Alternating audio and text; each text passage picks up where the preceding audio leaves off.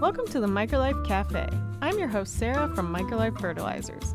We're talking all things organic horticulture and beyond, so pull up a chair and pour up a cup with us.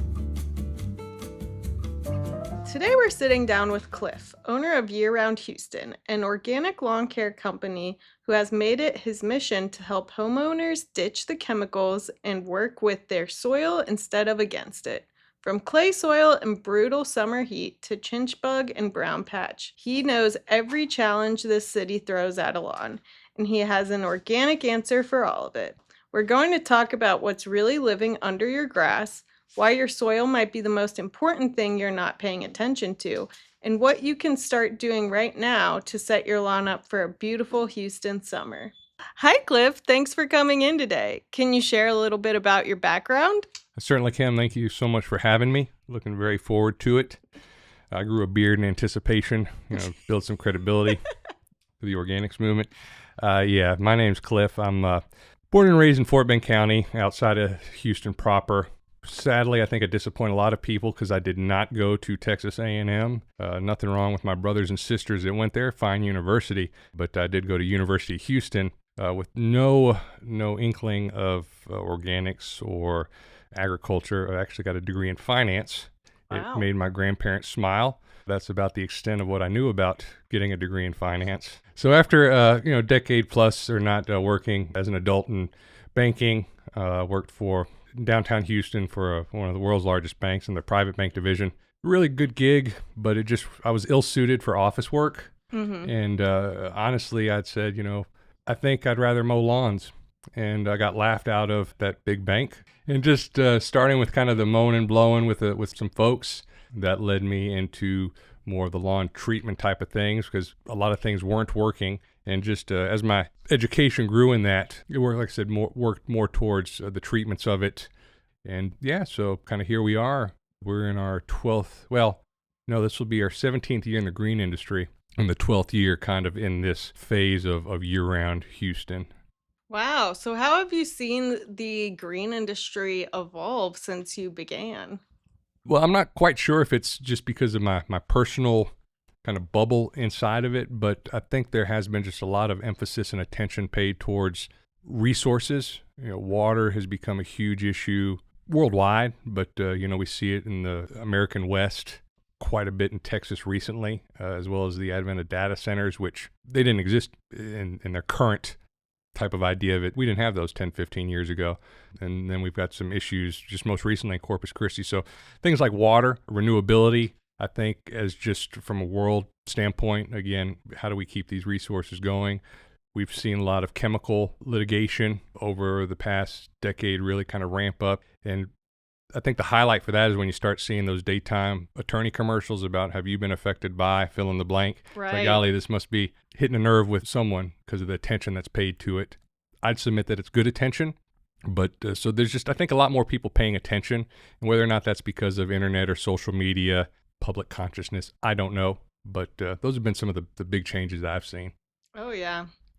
I mean, I think it's great that people start to pay attention more to the kinds of things we might have been talking about for the past 10 to 15 years too. So I think it is hopeful for moving people in the right direction. A lot of homeowners have been using traditional chemical lawn care their whole lives. I mean, I've had people who just say they don't even want to try organics just because generationally, their parents were using chemical lawn care. So how do you convince a skeptic that going organic is actually worth it for their lawn care? It's an ongoing challenge. Yeah. There are literal billions and decades-long advertising initiatives for just kind of what we all grew up looking around. Mm-hmm. Many wanting to utilize organics on like a lawn or landscaping. It's still almost built in that we have to have these repeated inputs. Right. If we're not doing something, we're missing the mark. And I'm all about being proactive, but it seems to be that there's just this inherent, well, I don't even think it's inherent. I think it's taught that we have to have a pill for something, a secret weapon, treatment. And so to try and present to someone that doing less is more can be a challenge. Some treatments or applications might have kind of a higher front end input. They might have a longer wait time. Part of it is these chemicals and these conventional methods, they work. People wouldn't buy them if they didn't have some type of results. Right. Do they work well? Do they work well long term? Are they the best thing to put out? Will they give you cancer? Those are different questions, with different answers. But if you spray weed killer on a weed, you can kill the weed. So to tell someone, well, don't do that, do this instead, it's difficult to approach. Even these days showing, I used to rely on photos. Here's the before and here's the after. Right. We've seen, you used a filter. That's AI. So it can be tough. And for better or worse, some of the things that we see is it has to be not an organics industry, but people paying more attention that are already kind of have a mindset of wanting to do a little less chemical intensive, or some people that they've gotten an affliction. If they have someone on the spectrum in their home that they don't want additional exposures to, or right. They're recently out of cancer treatments. That's usually the lead in. Concerned mothers, new families, and that's kind of what led me to organics is, once you have kids, paying a little bit more attention, that type of thing. So as far as trying to change a mindset, that's a little more gradual. In our business, I don't do any types of contracts, so if we're not getting the results that you're looking for, you're not stuck with it. So that can be helpful if I'm presenting organics as a method of treatment to say, hey, if it's not working, it's not working. Just give me X amount of time, depending on what the situation is, to see the difference before we go to the old, more advertised chemical inputs. Yeah, we say this all the time. It's not us versus the chemical companies. It's really us versus re-educating people about the reality of these inputs having long-term effects after applying them to our landscapes, which we walk through, which we have our family fun in all of the time. So I completely am down with what you have to say. And, Houston's heat, humidity, and clay soils are notoriously tough on our lawns. We get calls about it all the time. How does organic care actually work with the environment instead of against it? What we found is that in most cases, soil, that's one of the number one culprits of some of these issues that we see. I hear often correctly that our native soils are clay-based, easily compacted, and that's true. I've seen it as the city gets built out, as well as I've heard some of my colleagues present that many places don't have native soil in the Houston area anymore. We've got bank sand used to construct and fill in our different properties. Mm-hmm. Having said that, just repeated traffic, heavy rain showers can cause all that. There's some different above ground applications. I like to do the core aeration, a physical core aeration that can just pull up soil plugs. That allows more room for air, water, and as well as any type of applications, humates type of product or compost top dressing to better get into those. Having a good soil, or at least a breathing soil, is going to help anything that you put on it.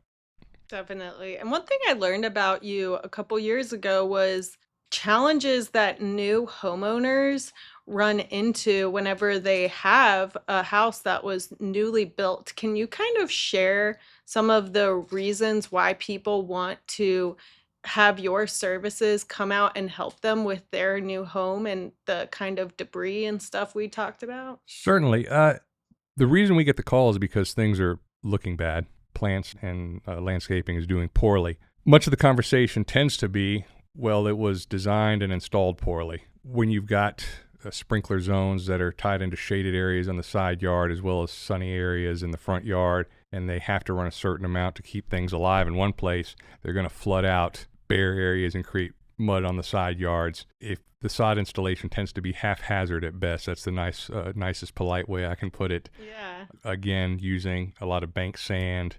Sometimes we see, if you've ever driven by a construction site, some of these pallets are delivered, and it'll be a week before they're actually installed. Wow. And when I say installed, I mean placed onto the dirt and watering starts. Plant choice, I don't want to say it's bad. Most of the plants that the new home builders use are very hardy, and that's the reason that they use them. Mm-hmm. But again, we've seen trees that aren't even planted. They're just kind of placed and staked, and mulch is piled on top of it. Initially, the call is that, hey, we just moved in and this is never done well. The grass is dying here, things aren't doing well there. Oftentimes it's not we'll come out and put X product and things will look better. Usually that's just not the case. There's a few extra steps we take. Now, what that involves depends on what home it is, where it's at. To tell someone, oh, well, it's not a magic bullet, but you need $1,000 worth of grading, which I don't do.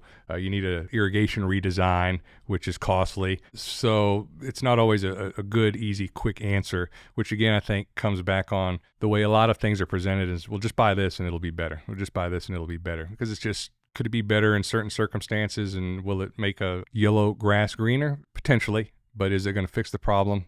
Not really. So I try and look for long-term solutions as well as short-term benefits as well. Oh, yeah. And it's a lot like human health, too.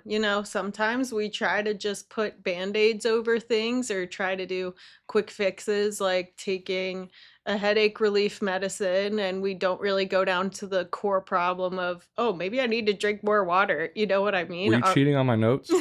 That's what I have right here. I used this with someone yesterday. It's Tylenol and dehydration. I guess I just think of landscapes as humans. Delightfully frightening. And that's what it is. Sometimes I've gained some weight in my office years, and I said, well, eat less and move more. No, I need a glucose monitor. Right. I need a kettlebell and some bands, a gym membership, which I'm not going to use, a calorie tracker, and some special potions and some supplements. There's this drive, I think, and it's not lost on me, to just overcomplicate things and to always... There's going to be something for sale. Oh, yeah. Oh, yeah. And we're very similar. Our makeup is very similar to plants. So I think it's a great way to just kind of look at every living organism on the planet. So what exactly is compost top dressing, and why is it such a game changer for soil health? Last time I checked, there's not a Texas legal definition for compost. Okay. So sadly, it's a buyer beware.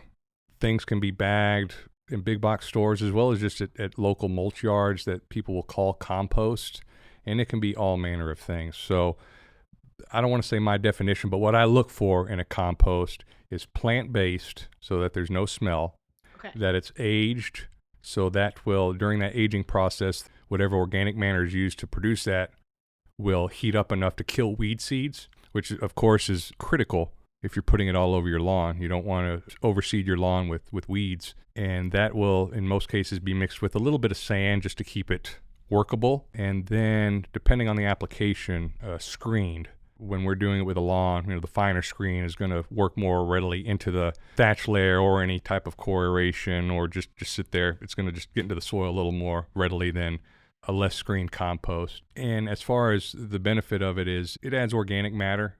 If they're not depleted, they're usually sand-based soils with there's not a lot of organic matter in sand. Mm-hmm. So we're looking for a sweet spot. I use Texas Plant and Soil Labs for our testing, and their kind of ballpark for a turf lawn is about 3% organic matter, which surprisingly is on the higher side.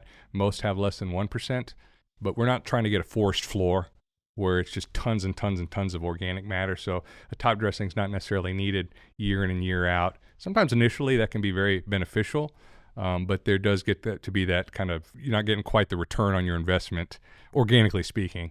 When you have that organic matter, you just have happier microbes, happier earthworms, happier roots that can reduce some of your watering needs. The healthier plants that you have, just like anything else, the less medicines you'll need for it. And it's just like one of those ounce of prevention is worth a pound of cure type of things, regardless of the topic. Whereas the better off and the better health you can get, the idea is the less that you'll need to treat any types of items. And what are some things people should probably avoid when they look into compost for their lawn?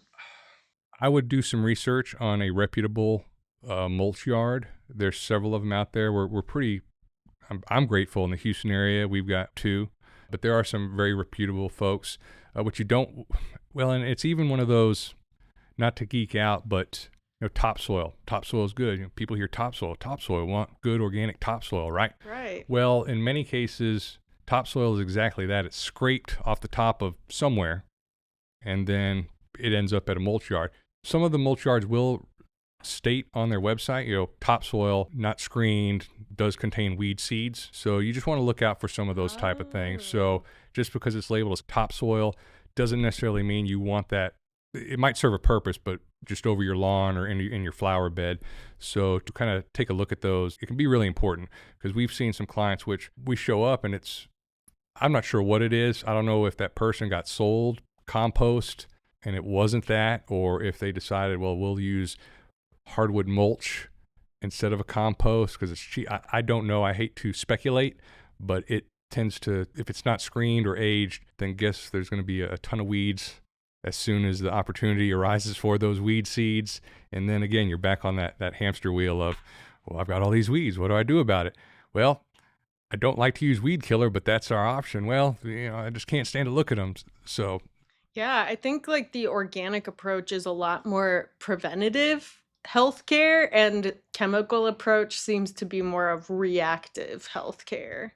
And earlier you were mentioning boosting soil microbes. Can you break down for someone who's never thought about a living ecosystem under their grass, like why it's so important to focus on our soil microbes? yeah, I think even myself, we get lost on these are living things.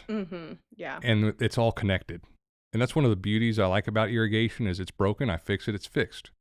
Whereas the grass, it's living.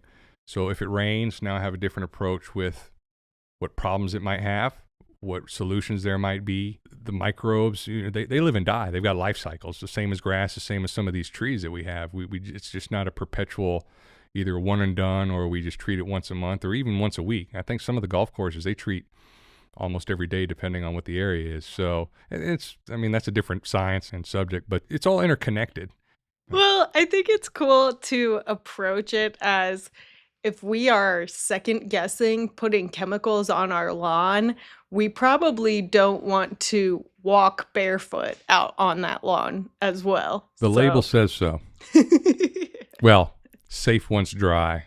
I like organics because I can spill it all over myself in my truck. Right. I can breathe it in. I might sneeze a little if it's dusty, but I don't have to wear rubber suits or face masks or respiratory types of items, or use if the wind is above 10 miles per hour, wait until dry. That makes me feel safer. And if I don't want to do it for myself, I don't want to do it for my clients. Oh, yeah. And I just feel like working with nature should be easier, It's a blueprint that's already been written. In this industry, one of the problems in Houston can be from time to time sod webworms, as a good example. Okay, they come in, these little caterpillars, they chew up the lawn. It looks terrible. Usually they last about a month and then they leave. One of the main predators, which will decimate sod webworms and keep them from happening, are paper wasps. I don't like paper wasps under my kid's slide or Sure. at my front door entrance. Yeah. Having said that, to treat all your spiders and your wasps once a month with an insecticide, it will certainly keep your insects away. That will keep your salamanders away and a lot of your reptiles, which will keep these things in check. Mm-hmm. So, when they killed the wolves because they were eating livestock and the deer population exploded and they ate the forest, we're creating our own problems in many cases. Less can oftentimes be more, but that's a tough sell. Don't do anything. Well, no, I'm not hiring you to do nothing. Right. It's uncomfortable. It's different. So again, just sharing education or experiences, it's helpful to have someone that's better minded, because like many topics these days, if they've got no belief in it or they're staunch adversaries of it, you're not going to get through to that person. You can have conversations with them, hopefully, but Wow. One reoccurring thing we run to is just people are absolutely terrified of weeds. They were sold this white picket fence picture with a beautiful monoculture lawn with maybe a little bit of a garden. How does organic lawn care actually fight back against those weeds, in your words? briefly, the stronger the lawn, the healthier the lawn, the better it is at choking out weeds. All these plants are in competition. Think of it as like a mini Thunderdome, or what was the one with Katniss? Hunger Games. Hunger Games. Yeah, put them in a bubble and let them fight it out. They're fighting for resources, sunlight, and all these things. So there's competition going on there. Having said that, when conditions are unfavorable for a certain plant, the good Lord or Mother Nature is going to put an appropriate plant there to kind of help, whether it be equilibrium or one to outdo the other. The quick answer is a healthier lawn, but there's so many inputs into that. So if you're getting too much irrigation out of the gate, or it's a low-lying area that's near a drain, or just a tree's been removed and so the roots are decomposing under the ground, and so it's a low spot in there, the water collects, you got perpetual dollar weed. I've treat every year, I had to put out a weed and feed, or I got to spray for chemicals, and there's just always dollar weed, or Virginia buttonweed's been one that's pretty notorious, growing up from the ditch. It likes water. So until we can kind of mitigate some of those factors, sunlight's a good one. There's weeds growing under my tree. I've got all of this, I call it horse herb. It's got pretty little yellow flowers on it, but it likes shade, and it grows under a lot of trees. Well, it's not grass, and that's what people want. The grass isn't going to do well under the tree, and so thinning a tree can help, but there's some cases where, especially if it's zoysia, it's not going to do well. So having the sunlight, proper watering, proper, if any, if you do have a fertilization program, you're not overdoing it or those types of things. I've heard it said from my good friend AJ at Hippie Fertilizing. I'm going to butcher his quote. It's something to the effect of, if you want things to do well, quit killing everything, which I think is genius. And it's true. To put out a weed killer once a month and then want a different plant to do well, again, how much is that weed worth to you? Many of them are seasonal. Yeah. So they're going to go away with time. To refer back to the dandelions, those are nature's aerators. Yeah. They've got the big taproot in there if you ever try to dig one up. Well, when they die in the summertime, that root decomposes, and hey, you've got an open space. Free aeration, there's a boatload of medicinal studies done for us. But going back to it, since you can't plant a dandelion, there are limited human studies on this at very small colleges throughout the world. So oftentimes it's disregarded. But why would you put money into something you can't slap a sticker on? That'd be a tough. Wouldn't that be interesting? That would Buy be a bag amazing. of dandelions. Some people use radishes. Some people in farming. That's so interesting. When they're doing like pasture, different types of pasture, they'll spread out the daikon radishes. I might be mispronouncing that, but they've got a huge taproot, and so it grows over the wintertime, and then when it dies, they've got that space in their field. So wow. Yeah, so if you see your neighbor with a front lawn of radishes growing in the wintertime, and that might be their aim. They have a very open-minded HOA. Yes. So you mentioned irrigation, and you specialize in so many different things. What issue do you see most Houston homeowners run into when they're trying to improve their lawn irrigation, and how do you approach this effectively? A very off-the-top, unscientific percentage would be, I'd say, probably 85 to 90% of systems tend to overwater. I'm not sure where it comes from. I've even seen industry studies that say this is how much you need. It's tough because even depending on where you're at, there's some bastions of agricultural program type colleges which will say, water 30 minutes once a week. Well, many of our Houston area lawns, some of them, good luck if you can hold on to 3 minutes worth of watering. So you'd end up with 27 minutes of, that's an example. That's true. But as far as we just do too much. Most of the soils don't hold on to it. Overuse tends to be what it is. A lot of it can be solved by just turning it off. But oftentimes it's Houston subtropical. If there is such a thing as the 30-year, well, there is such a thing as the 30-year average, but it's hovering at about 50 inches a year, which is more than adequate to keep everything alive and healthy.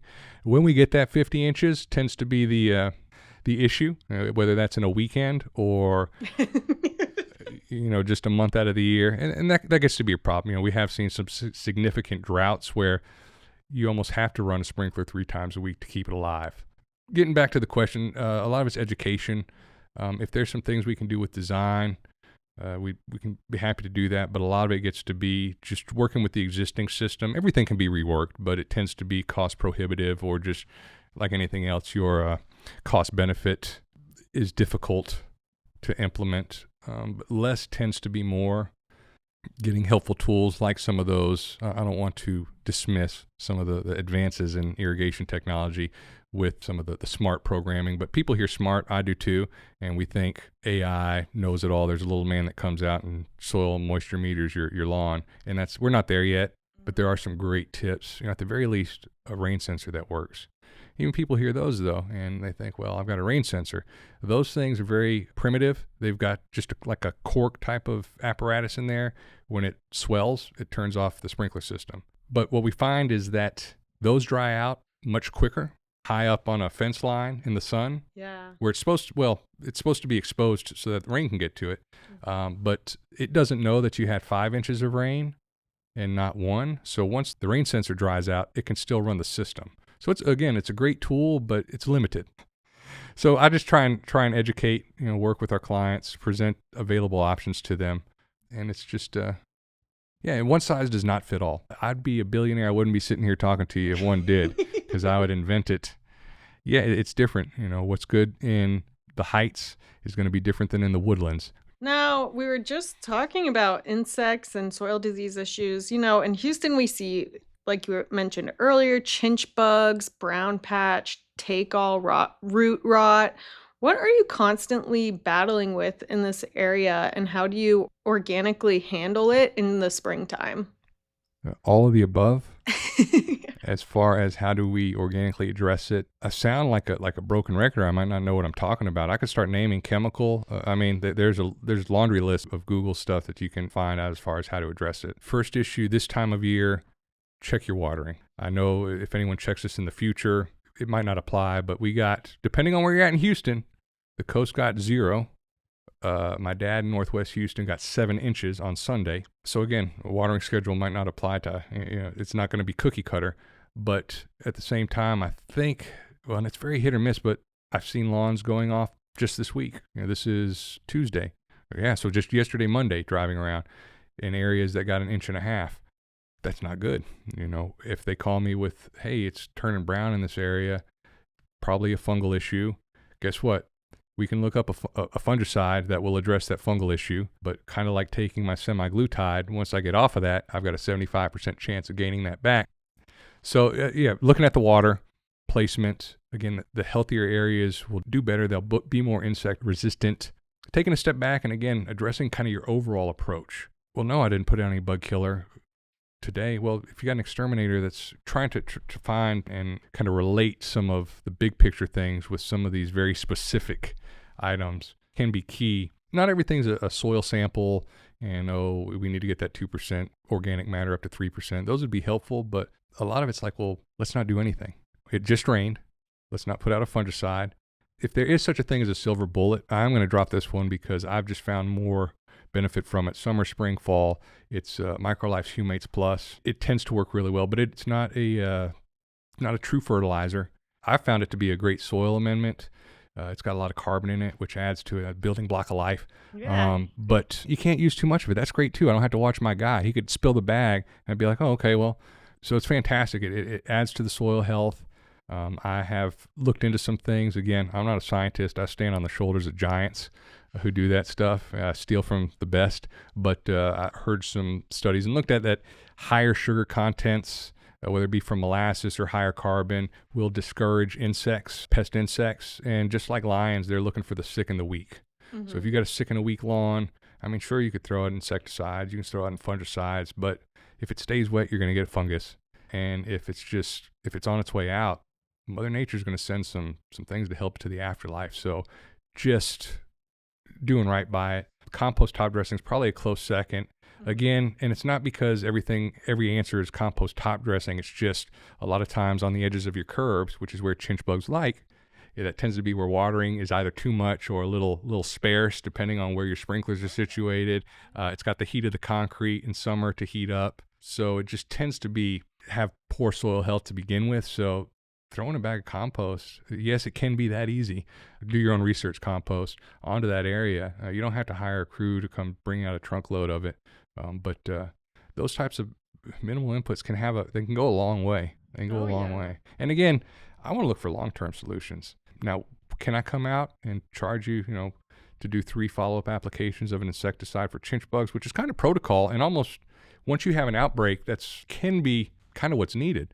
But then we're kind of after the fact. We're trying to bring back to life a dying patient, as opposed to just, hey, why don't we get on this health regimen and just lower your blood pressure and your glucose levels and get you better as opposed to just filling you full of prescription. Oh yeah. So there's two schools of thought on it. I love that. But I don't have to wear protective gear per label, when I'm putting out compost or the MicroLife Humates Plus, which I do appreciate. And there's a lot to say about that, I will say for sure. Cliff, thank you so much for coming in. I have learned a lot about lawn care from you, and I just want you to have an opportunity to share where people can find you online or give you a call to ask about your services. Sure. yearroundhouston.com. You can fill out the contact form. You can get me your information if it's 3 o'clock in the morning while you're looking for your magnesium glycinate during insomnia. That tends to be the best way. Great. Well, thank you. You're very, very welcome. Have me back anytime. We will.